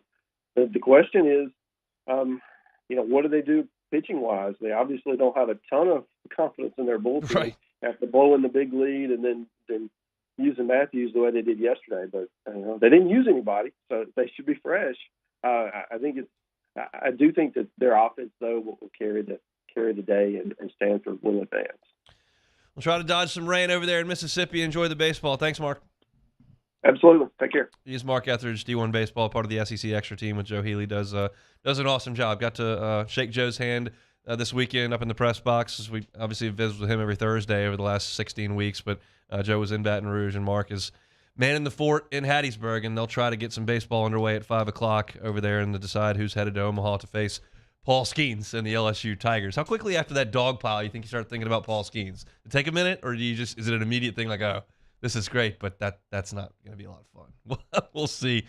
But appreciate Mark giving us a little bit of time before he heads over to Hattiesburg. All right, let's take a time out. When we return, more football. We didn't get a chance last week because we were so heavy on baseball to talk about the Big Ten scheduling deal, and I want to kind of twist it and give it a little bit of an SEC flair. That's next. This is on Palmer. In times of need, get a full list of phone numbers, websites, and other important emergency information on the Demco Stormwatch page at 1045ESPN.com.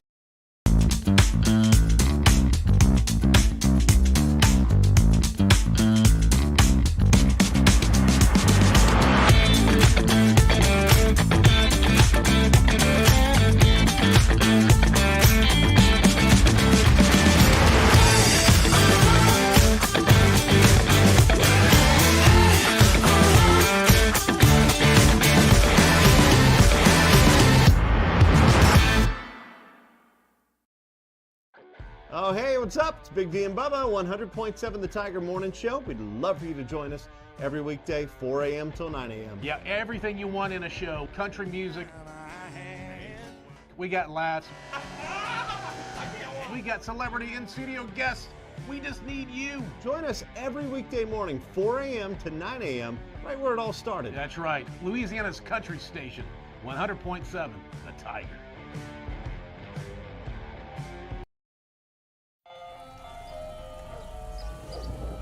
Hey there, little buddy. What's the matter? What's the matter? My windows, siding, and my door. That's what's the matter. Relief Windows can fix all of that. I got you. Pop, pop. What's up? Oh my gosh, look! Curb appeal. That's a good-looking neighborhood. ReliefWindows.com. There it is, the extra mile, on the border of expected and extraordinary, for those willing to go further, like vans customized for work or play, with safety and tech to keep you connected, supported by a 5-star sales, service, and finance team, and backed by the 1-star you know. So go the extra mile.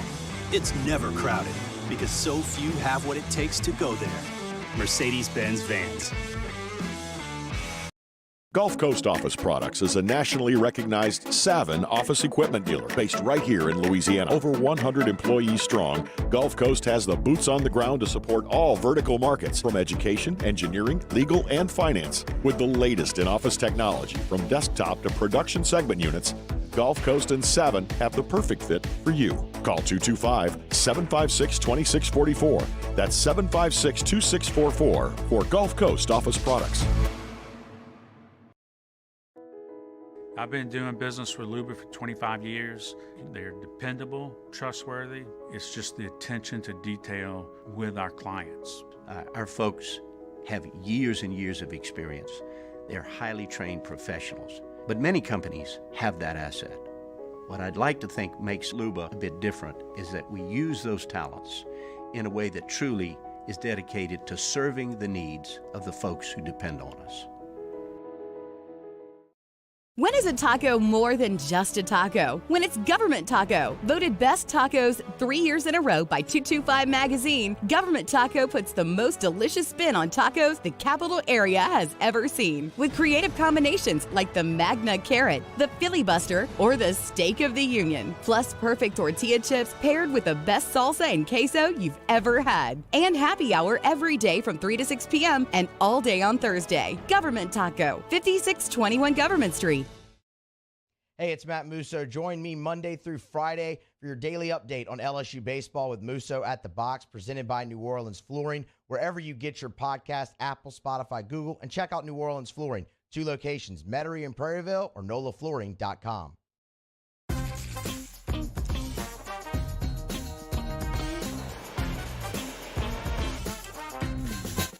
Jimmy Ott and Charles Haniger for Live at Lunch. We're live at Doe's Eat Place on Government Street in the heart of Mid-City. Live at lunch, 11 a.m. to 1 p.m. on 104.5 ESPN Baton Rouge.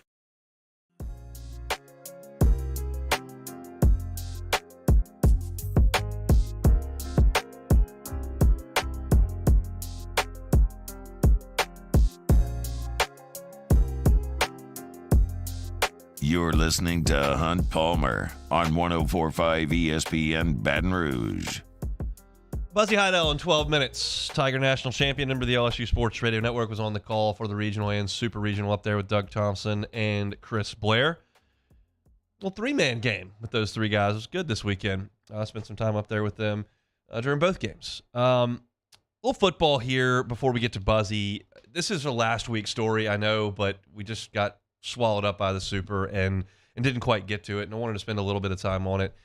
The Big Ten announced its scheduling for 2024 moving forward, and they have called this schedule that they've put together the Flex Protect Plus. So it's not a permanent opponent thing with like one-on-one. It's not like a pod system or anything. What it is there are some games on the schedule they were not willing to part with. So they're going to make sure that those are baked in every year, and they will rotate the rest of the Big Ten once USC and UCLA show up. The games that they're protecting are Michigan, Ohio State, obviously, UCLA, USC, Minnesota, Wisconsin, Indiana, Purdue, Michigan State, Michigan, Iowa, Minnesota, Illinois, Northwestern, Iowa, Nebraska, Maryland, Rutgers, which is apparently where that came from, Iowa, Wisconsin, and Illinois, and Purdue. So some teams have couple, some teams have one. Like Ohio State's only married to Michigan in this, but Michigan's also married to Michigan State in this. Iowa is tied into Minnesota, Nebraska, and Wisconsin. They've got 3 of them. Ohio State's got 1. So there were just some games they were not willing to part with, and it got me thinking if this was some sort of forward-thinking, trend-setting schedule that the SEC may one day adopt, like what games would garner that type of obligation? And as I start to think about it, it always comes back to the fact that LSU doesn't have a rival. Every school that you as an LSU fan would point to and say, well, that's one of our rivals, that school would say, well, yeah, we're kind of rivals to LSU, but really, this is my rival. Like, yeah, LSU and Ole Miss in the 50s, huge rivalry. But if you look at Ole Miss, like, really, they got Mississippi State in their state. Oh, we hate Bama. We hate Bama. Big rival, LSU and Bama. Well, they've got Auburn and Tennessee that are trumping you. Well, Auburn, I mean, look at the history there. That LSU's had all these games against Auburn. Like, that's a rivalry. For a decade, it was the winner of that game was going to win the West. Well, they got Bama. And the Deep South's oldest rivalry, I use air quotes, Georgia. Oh, well, Florida. I mean, Florida, obviously, I mean, that's our permanent opponent, cross division. We play them every year. Huge rival. They got Florida State. They got Georgia. So you don't pass that test either. Oh, well, I mean, now A&M, last game of the season, that's a big deal. 7 overtime. I mean, A&M's becoming a rival. Well, they got Texas. You see what I'm saying? Like, LSU doesn't have like a one true rival. LSU's a secondary rival to everyone. So if you were to look at the SEC and try to put these games together with the new SEC, I think you would have Texas and Texas A&M. I think you would have Texas and Oklahoma. You would have Ole Miss, Mississippi State. You would have Auburn, Alabama. They bang the gavel and say you've got to have Alabama, Tennessee. You've got to have Auburn, Georgia. And I start to look at other in-state rivalries, which would be Vanderbilt and Tennessee. Would you have to play that game? I didn't realize this when they were talking about the pod system and potential permanent opponents, but folks on both sides of Kentucky, Tennessee did not like the fact that game wasn't going to be on the schedule every year. Apparently, Kentucky and Tennessee feel like they need to play every year. I think it would be reasonable to believe that Georgia and Florida would be on that list of games that you were going to play. So where does LSU come down on this? Do you have to play LSU Bama? I mean, in this Ohio State, Penn State's pretty marquee matchup, isn't it? That's not on there in this protected thing. All these games I was rattling off, the Iowa, Minnesota, Illinois, Northwestern, Iowa, Wisconsin, all these games that no one really, they all have trophies. And I think that's why they kept it together. Do we have to play Arkansas because we got a boot? Is that it? I'm like, again, y'all know me. Y'all know the way that I think. Y'all know the way that I operate. I always look at things and say, well, how does that affect LSU? And I don't know how included LSU would be in something like this. I guess they would stick Alabama on the schedule. Maybe A&M becomes a game that you feel like you've got to play. But really, maybe not. So I'm fascinated by it, and you've got to be forward thinking to come up with something like this because we kind of lock ourselves in a box with scheduling. But the fact of the matter is that basically the world keeps on spinning round no matter what rivalry we lose. You couldn't have fathomed Texas and Texas A&M not playing. We're all spun round. Oklahoma and Nebraska. Well, you got to play that game. That's one of the most storied rivalries in all of college football. Well, went away. The world keeps on spinning no matter how this thing shakes out. So as the SEC athletic directors and presidents and football coaches and the commissioner and everybody sits in this room in Destin or in Birmingham or on a Zoom call or whatever, and we're trying to figure this stuff out, again, it's endlessly fascinating to me what we're prioritizing. And the Big Ten said we were prioritizing fairness, equity, and maintaining rivalries. And so we've tossed around the one permanent opponent, two permanent opponents, pod system. And you kind of run round and round, and everybody's like, well, what are we going to settle on? And the Big Ten finally got it done. And they kept the Floyd of Rosedale and the bits of broken chair and the old oaken bucket and the Paul Bunyan's axe and all that kind of stuff. That's important to them, and I'm curious where LSU would shake out on the SEC side of that. I was fine when they told us that we were playing Bama, A&M, and Ole Miss. That was fine with me. A&M's got potential, but it's untapped. Saban's not going to be at Bama forever, I promise. That's got to end at some point. And they don't know it yet, but when he leaves, it's hard to replace that.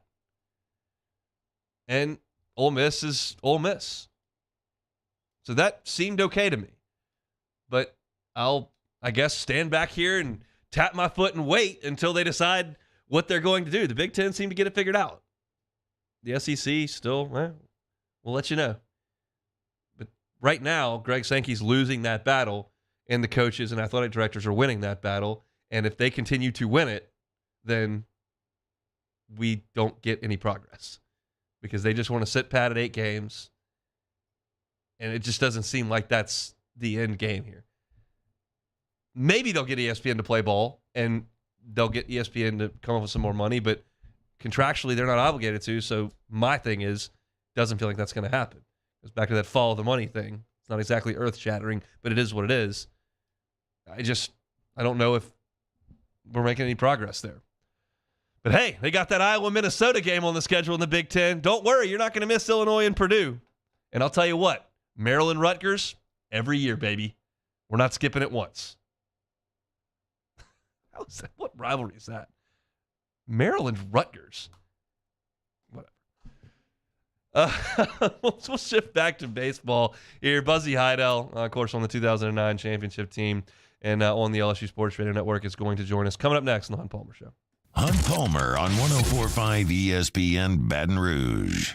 One Bath and Closets. OneBathAndClosets.com is the website. Is your closet just cluttered and you can't find anything and you don't have the space you need? Call David Duvall and his team. We were talking through some of the really cool things that they can do. And one of the ones that kind of resonated with me, if you've got some room upward in your closet that may not be used, you think, well, I can't reach it. Well, they can grab a drop-down hook and you can bring a rack down from 10 feet off the ground down to 5 feet off the ground. Perfect for your winter coats and some things that maybe you don't use all year long, so you can store them up high. But when that time comes, with the 2 months out of the year we have winter, you can pull those things right on down. They've got so many cool features and things they can do with your closet that you may not even know what they are. Well, that's why you can get a free consultation with One Bath and Closets and David Duvall. Go to the website, onebathandclosets.com. Click the button for a free consultation. David will come in, starts with a questionnaire. He gets a feel for what you've got and the kind of space that you need, and they'll put together a custom solution for you. And the best part, if you tell him the Hunt Palmer Show sent you to One Bath and Closets, he's not going to charge you to tear out your current closet. He's not going to charge you for the labor to install the new one. He's just going to charge you for the cost of the unit. OneBathAndClosets.com is the website, OneBathAndClosets.com. Our listeners fire off their opinions on the JimsFirearms.net hotline at 499-1045. Keep listening for your next chance to shoot us your thoughts with the JimsFirearms.net hotline on 104.5 ESPN Baton Rouge.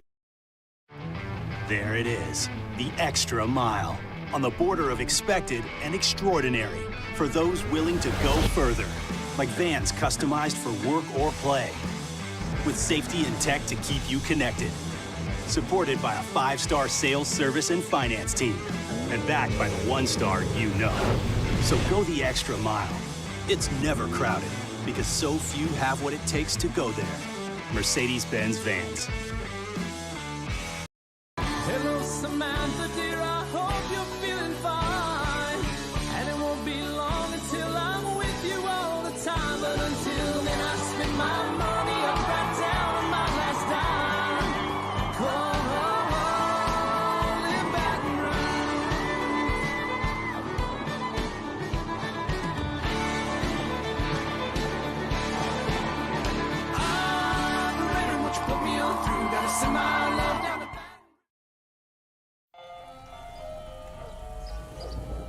Hey there, little buddy. What's the matter? What's the matter? My windows, siding, and my door. That's what's the matter. Relief Windows can fix all of that. I got you. Pop, pop. What's up? Oh my gosh, look! Curb appeal.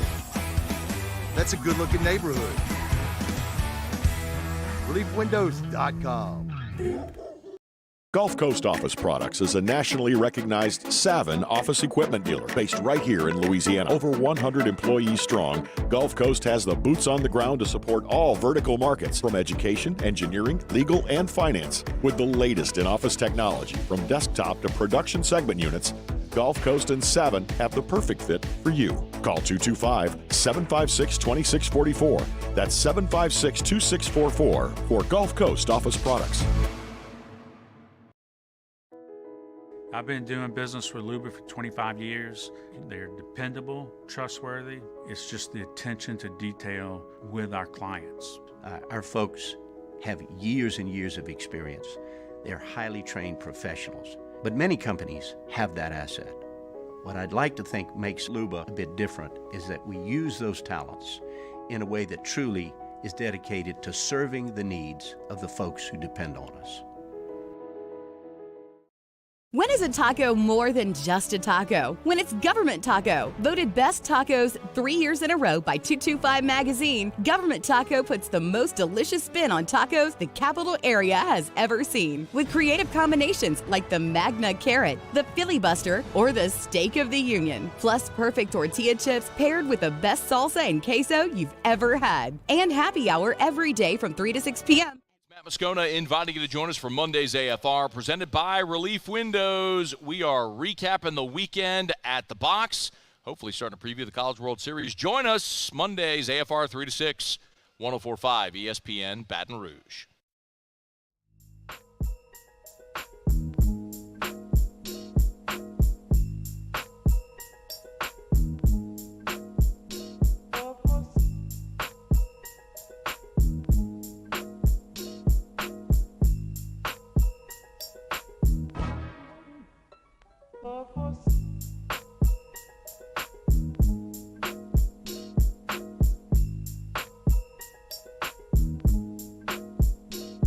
This is Hunt Palmer on 104.5 ESPN Baton Rouge. So Alabama's season ended about 22 hours ago, and they got a new head baseball coach. And it is not Jason Jackson, the interim coach, who was the pitching coach under Brad Bohannon. It is Rob Vaughn, who was the head coach at Maryland over the last few years, been to 3 straight NCAA regionals with the Terps, won 48 and 42 games in the last 2 years. So Jason Jackson may be on the market as a pitching coach, and LSU is looking for a pitching coach. I have no idea if that's a direction that Jay Johnson would like to go or not, but it is a possibility now because Alabama has named its next head coach, Rob Vaughn from Maryland. All right, let's go to Jim's Firearms Hotline. Buzzy Haydel, national champion, member of the LSU Sports Radio Network, an all-around great guy, joins us on the Jim's Firearms Hotline. Buzz, how are you, sir? Doing well. How could you not be after this weekend? So it's Tigers going back to Omaha. It's hard to believe. It's been since 2017. I was just thinking about that, really since last night, that it's 6 years. It doesn't seem like that long, I guess, is what I'm saying. And I guess in theory, 6 years, in the baseball world is an eternity. But it's good to be back, and can't wait to see who we're playing. I mean, you've watched this program for a long time. What would it have done to the legacies of Cruz and Morgan and Thompson and even Skeens for a year? And not necessarily indictment of them as players, but if those guys had not gone to Omaha in their careers. Yes, I definitely.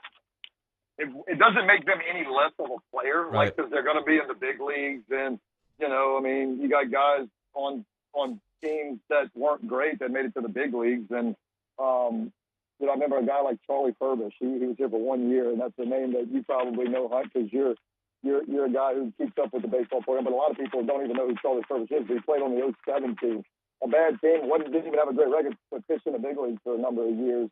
So I mean, you could still be a good player, and you can still have a great career. But for the legacy of LSU, it's become LSU to go to Omaha and win national championships, and just like everybody always says, that's Skip Bertman's fault for making it that way. But that's the way it is, He was there so often, and when you go for a time there, and I don't know that this is true, but for a time, since Skip Bertman, if you would have come for LSU and stayed all 4 years, you would have made it to Omaha at least one time, and that was true up in. I mean, again, I don't know if that's still true to this day, but it was true to like a few years ago. So it may still be true, but yeah, you come to LSU to go to Omaha. Great players like Cruz. Really, Cruz is the one because, and a number of others. Don't get me wrong, Beloso, guys that been here, bleed a purple and gold.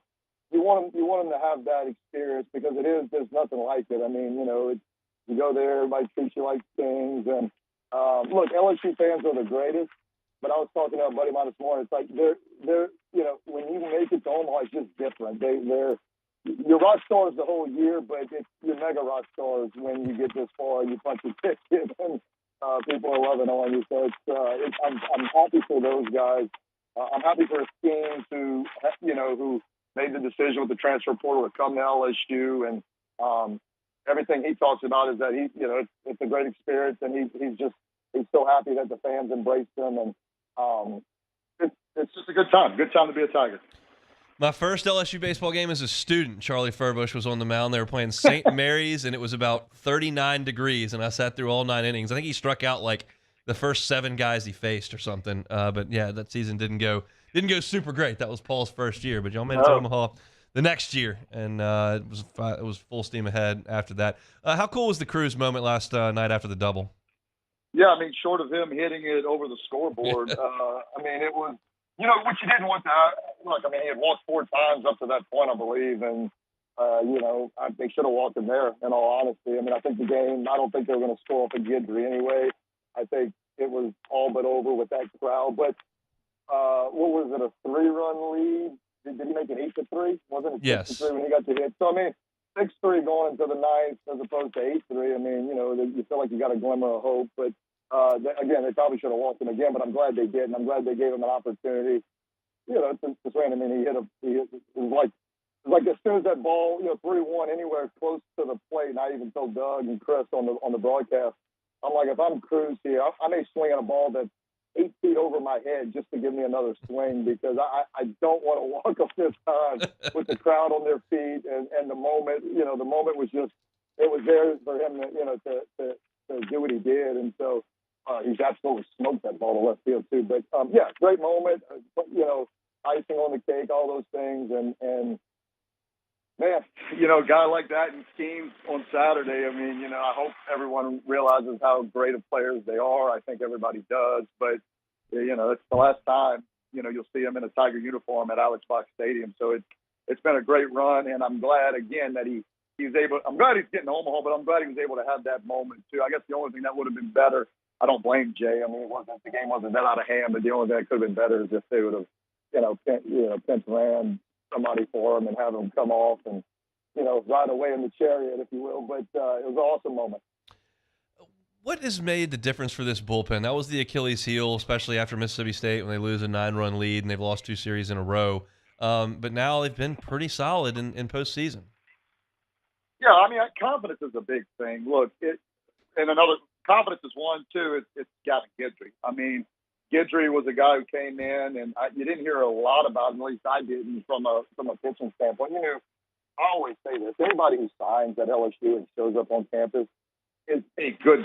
They're good. I mean, they're good baseball players. There's a reason they're coming. It's some guys don't pan out, or some guys don't, it doesn't make the jump, or they didn't, you didn't foresee them, they didn't make the jump like they thought they would have and adapted to college pitching, but it doesn't mean they're like a bad player.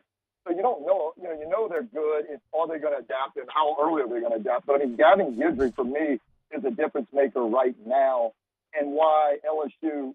Anytime you go to Omaha, you have a chance, but you really feel like LSU's in a good spot because, a couple months ago I said this, and I said this publicly. I said, they've got some real concerns because. You don't have anybody that you can give the ball to. I'm not saying you needed 3 or 4 guys, but you needed one. And I didn't even feel like a few months ago that they had one that I'm talking about you could give the ball to, confident. Like, in 2009, it was Matty Ott. And when we needed, to get the last few outs of a game, you knew Matty Ott was going to be the guy in 2009. They didn't have that a couple months ago. Now they do. They've got. I mean, Guidry is literally Matty Ott, in my opinion. Right now, you give him the ball, and it's a wipe out breaking pitch. And he feels like he can throw it. He could throw it in any count. And so it's just, he's the difference. Riley Cooper has gained some confidence. I've always liked Cooper. I mean, sometimes, baseball happens and a ball gets hit there, a ball gets hit there, a guy makes an error, and first thing you know, he's given up a couple runs. But Cooper's a guy that he's got a lot of confidence on the mound. He pitches fast. He pitches like he throws 1,000 miles an hour, although he still throws very hard at 92 miles an hour. But Cooper was always a guy I liked because, he pitches with confidence and he throws a lot of strikes and he works quick and all those things you like. So, for me, it's just down the stretch. Every time you get a new, the ball and you have success, you gain confidence. But Gavin Guidry's the big piece for me. I mean, you get teams going 7, 8, or 9 innings on the first game. You don't have to, not waste them, but you don't have to eat up that bullpen. And you get to the next day, Ty Floyd or whoever the second pitcher is, you don't have to be perfect because you got guys like Cooper who can eat up some innings and just get it to the 7th or 8th inning when you get it to Guidry. And things look good for the Tigers. Chatting with Buzzy Haydel, former Tiger, member of the LSU Sports Radio Network, was on the call this past weekend. All right, this middle infield shift that they're doing when left-handers up and they're putting Jordan Thompson at second base and Gavin Dugas over at short. What do you make of that? Did you see Dugas make the play? I did.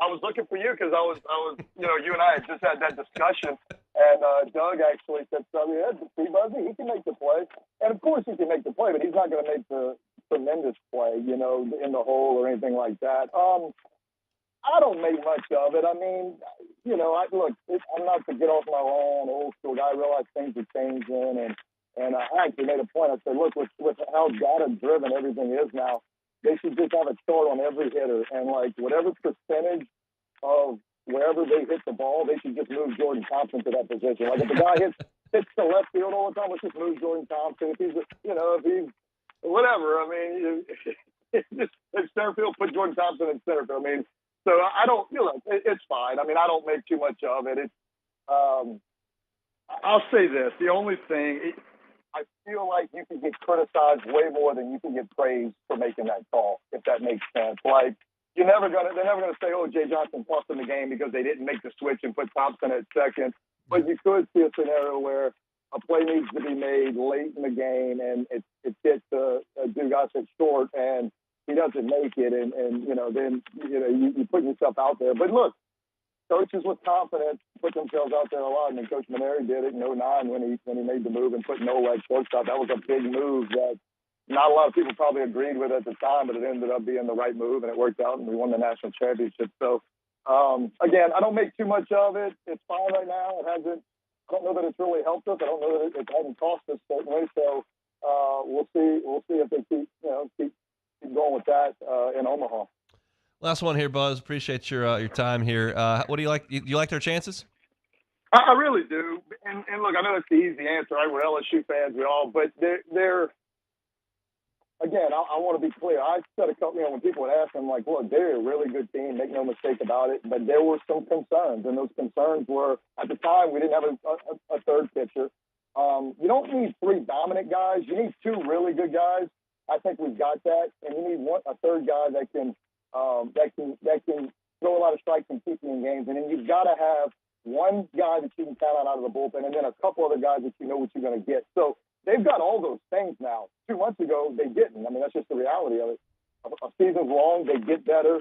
You get better as a team, you more repetitions, all that type of stuff. So they've definitely gotten better. And now, I mean, you look at them, and offensively, they're like they've been all year. They've been really good.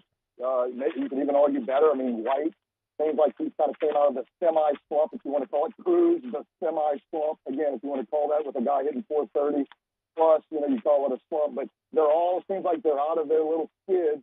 You've got guys out of the bullpen who are throwing strikes, getting guys out, schemes are schemes. Maybe a little concern with Floyd's start yesterday, but I really do. I like their chances. I mean, you look at the whole picture too, Hunt. Who else is better than him right now in Omaha? I mean, who else is light years better than him? I don't see anybody. I just don't see anybody that you're really scared of. I know Wake Forest has had a good season. I know we're in that bracket, all that type of stuff, but they don't scare me. Look, you have respect for everybody. I'm not trying to act like they're not a good team. I realize they are, but nobody, in my opinion, you look at is that much better than you if they are better than you. Buzz, I appreciate it, man. All right, Hunt. Thank you, man. Buzzy Haydel, member of the LSU Sports Radio Network, with national champion. We'll get into Omaha later this week and kind of the way things will fold out, but I'll tell you this. I've looked at the schedule. They've condensed this thing since last time LSU went. And if LSU wants Paul Skeens to start a game in the championship series, which will be played Saturday, Sunday, Monday, they're going to have to start 3-0. They're going to have to win on Saturday if they play Saturday, win on Monday, and then win again on Wednesday or Thursday. And without Skeens in those middle two to win your bracket to get to it. Because if you have to use Skeens on Thursday or Friday to get into the championship series, he can't pitch for you on Monday. I don't. Maybe if he pitched on Thursday, if he went Saturday, Thursday, Monday, he may be able to give you something, but certainly not a full Paul Skeens Friday night under the lights outing. Just putting that out there in the world. If LSU wants Skeens to go a game in the championship series, they're going to have to start 3-0. So we'll see how things look. We don't know who they're going to play, but we know they're going. And we'll find out who they're going to play later this afternoon. If you missed this earlier, had Mark Etheridge on. He's headed to Hattiesburg, and the forecast is not good over there at Pete Taylor. The good news is they've got turf, so they can get that thing ready to roll really quickly if it's not raining and there's no lightning. But you just never know this time of year if there's going to be some issues. So we'll see, and we'll get you ready for that one. Starting up, I guess, tomorrow. Let's take a time out, close up this Monday edition of the Hunt Palmer Show. This is Hunt Palmer.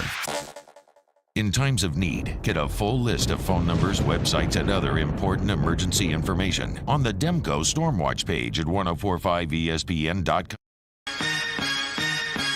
Turn my music high, high, high, high, yeah. You don't know what you're doing. Sure I do. I'm from the streets where the hood can swallow on me. Bullets will follow on me. There's so much that you could run the slalom. And cops comb this top to bottom. They say that we are prone to violence, but it's home sweet home. With personalities clashing, chrome meets chrome. Prices up and down like this Wall Street. When is a taco more than just a taco? When it's Government Taco. Voted best tacos 3 years in a row by 225 Magazine, Government Taco puts the most delicious spin on tacos the capital area has ever seen. With creative combinations like the Magna Carrot, the Filibuster, or the Steak of the Union. Plus perfect tortilla chips paired with the best salsa and queso you've ever had. And happy hour every day from 3 to 6 p.m. and all day on Thursday. Government Taco, 5621 Government Street.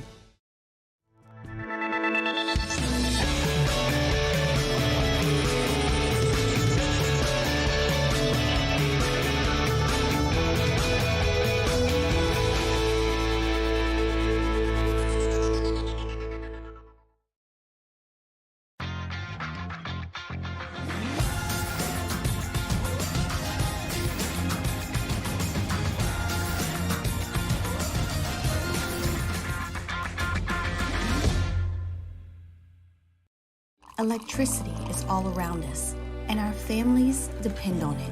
Every day is sparked by the power of a cold drink or a warm meal, a movie night, and a comforting light at the end of a dark hallway. From sunrise to sunset, playtime to bedtime, our team is ready to take care of your electrical needs. Even in the case of an after-hours emergency, the light in your life shines brighter with Mr. Electric. Hey there, little buddy. What's the matter? What's the matter? My windows, siding, and my door. That's what's the matter. Relief Windows can fix all that. I got you. Pop, pop. What's up? Oh my gosh, look!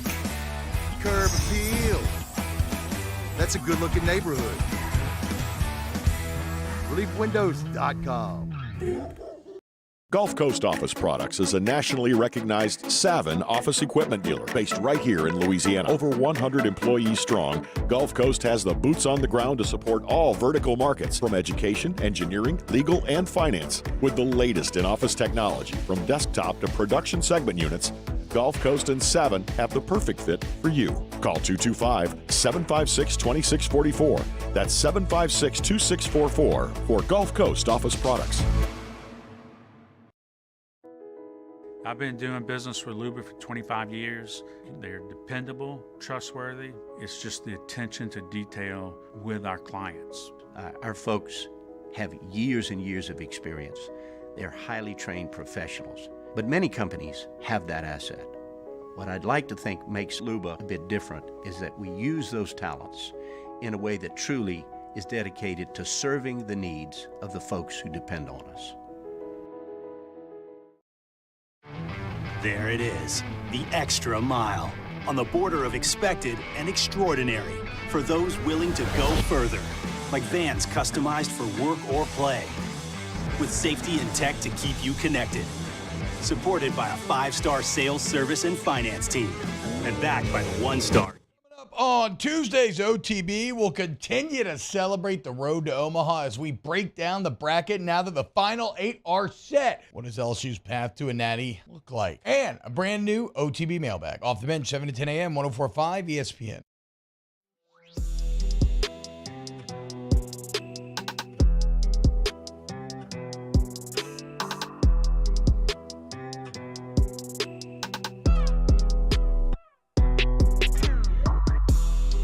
You're listening to Hunt Palmer on 104.5 ESPN Baton Rouge. 104.5 ESPN and Acura of Baton Rouge. Want to know how rad is your dad? You can upload a picture of your dad doing dad things to 104.5 ESPN Baton Rouge now through June 15th. So you got a couple more days to get that done. You get a chance to win your dad a fishing trip for 4, courtesy of LouisianaCharterFishing.com. We'll choose a winner at random on June 16th. Happy Father's Day from Acura of Baton Rouge, LouisianaCharterFishing.com, and 104.5 ESPN Baton Rouge. All right, one more thing left to do. Jacob Beck, take it or leave it. All right, first one here. The Denver Nuggets will close out the Heat tonight. Take it or leave it. I'm going to leave it. Everybody thinks the Heat have no chance. Everybody's been hating on the Heat for a month and a half, and they keep winning. They're 9.5-point favorites. I think Tyler Hero is going to go out there and try to play, even though he's hurt and he can't play defense. I'm just going to, because the Heat have been doing this for 3 weeks now, say they're going to extend this thing. There's no basketball reason why I would say that whatsoever. The Nuggets look far superior just about across the board, and they're at home. But I'm just going to go ahead and say that the Heat are going to find one more way. All right, Nick Taylor, a Canadian, Yep. first winner of the Canadian Open. That was Canadian in like 70 years, I think. Yep. Won it with a 70-foot eagle putt in a playoff. His buddy Adam Hadwin, a fellow Canadian, ran out with champagne and was spraying it on Hadwin, but was tackled by a marshal. Good work by the marshal. You know, I guess I'll take it. Hadwin's running out there. He doesn't know what he's doing. The marshal's just trying to keep everybody safe, and he throws a form tackle at him. I mean, if he would have, tased him or something, I think we could have gone, that's a little bit overboard. I think that's bad. But just a nice tackle to defuse the situation. Everybody's okay. We can continue spraying the champagne. I think pretty good work by the marshal. Look, he can't be checking IDs when people are rushing the field. We got to rush in the course. We got to be on our toes. The marshal was on his toes. Made the play. I can't fault him for that. So yeah, I'm gonna take that. That's good work. Yeah, I did see that Adam Hadwin's wife. She's a frequent Twitter poster, and she said that Adam's okay, but he, in true Canadian fashion, he apologized to the security guard for tackling him. Okay, that is classic Canadian. All right, last one. The autographed last NHL sweater ever worn by Wayne Gretzky sold for $715K with gray flannel auctions on Sunday night. Take it or leave it. I'll take it, sure. I mean, that's great for whoever bought it. If you want the Wayne Gretzky autograph game-worn jersey, that's phenomenal. I don't really have much use for it, but Wayne Gretzky was pretty good at hockey, and his autograph and jersey are certainly worth something. If you think it's $715K, then get on with it. I'm not going to get mad at you. Just don't ask me for any money because I'm going to pay for that. But yeah, good on you. So that'll do it here for a Monday edition of the show. The vibe's just incredible on this Monday. Got Casey playing some Counting Crows a little bit earlier. Well, Omaha, that's good stuff. It was a great weekend in Baton Rouge, and the Tigers are headed to the College World Series. Jimmy and Charlie are headed to Omaha. They will go on Thursday, which I believe is Media Day. We'll find out tonight when LSU plays. There's a 1 o'clock slot and a 6 o'clock slot on both Friday and Saturday. The feeling is that LSU is going to play on Saturday, but that is not confirmed at this point. And I don't think it's not like the LSU opponent's going to be decided on a Monday. That's Southern Miss and Tennessee. They're not going to make them play on Friday. Well, maybe they will. We'll see. Both the games tonight are on LSU side of the draw. It would stand to reason that LSU would play on Saturday, but I can't confirm that at this point. So we'll know tonight, and then we'll be able to talk about it tomorrow, and LSU's opponent will be set. I'm pulling for Southern Miss. I think that's an easier draw for LSU. I also don't think they're going to win. I think Tennessee is going to bash it around a little bit and beat them. So we'll see, but we'll know. We'll be talking about it on tomorrow's show for sure. Matt Moscona about to drive you home on After Further Review. We're back tomorrow, same time and same place. It's 1 to 3 weekdays right here on 104.5 ESPN Baton Rouge.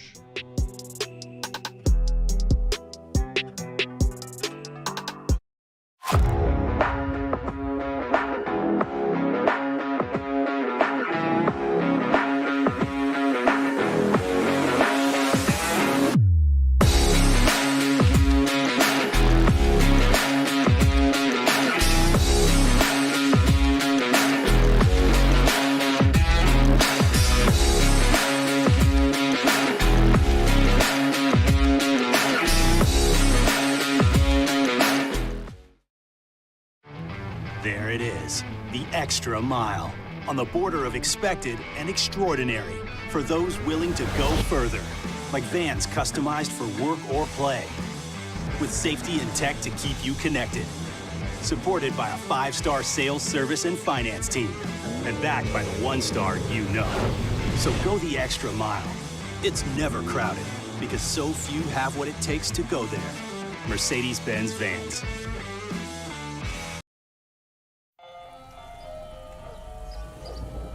Hey there, little buddy. What's the matter? What's the matter? My windows, siding, and my door. That's what's the matter. Relief Windows can fix all of that. I got you. Pop, pop. What's up? Oh my gosh, look! Curb appeal. That's a good-looking neighborhood. ReliefWindows.com. Gulf Coast Office Products is a nationally recognized Savin office equipment dealer based right here in Louisiana. Over 100 employees strong, Gulf Coast has the boots on the ground to support all vertical markets, from education, engineering, legal, and finance. With the latest in office technology, from desktop to production segment units, Gulf Coast and Savin have the perfect fit for you. Call 225-756-2644. That's 756-2644 for Gulf Coast Office Products.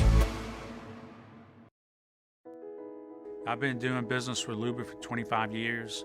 They're dependable, trustworthy. It's just the attention to detail with our clients. Our folks have years and years of experience. They're highly trained professionals, but many companies have that asset.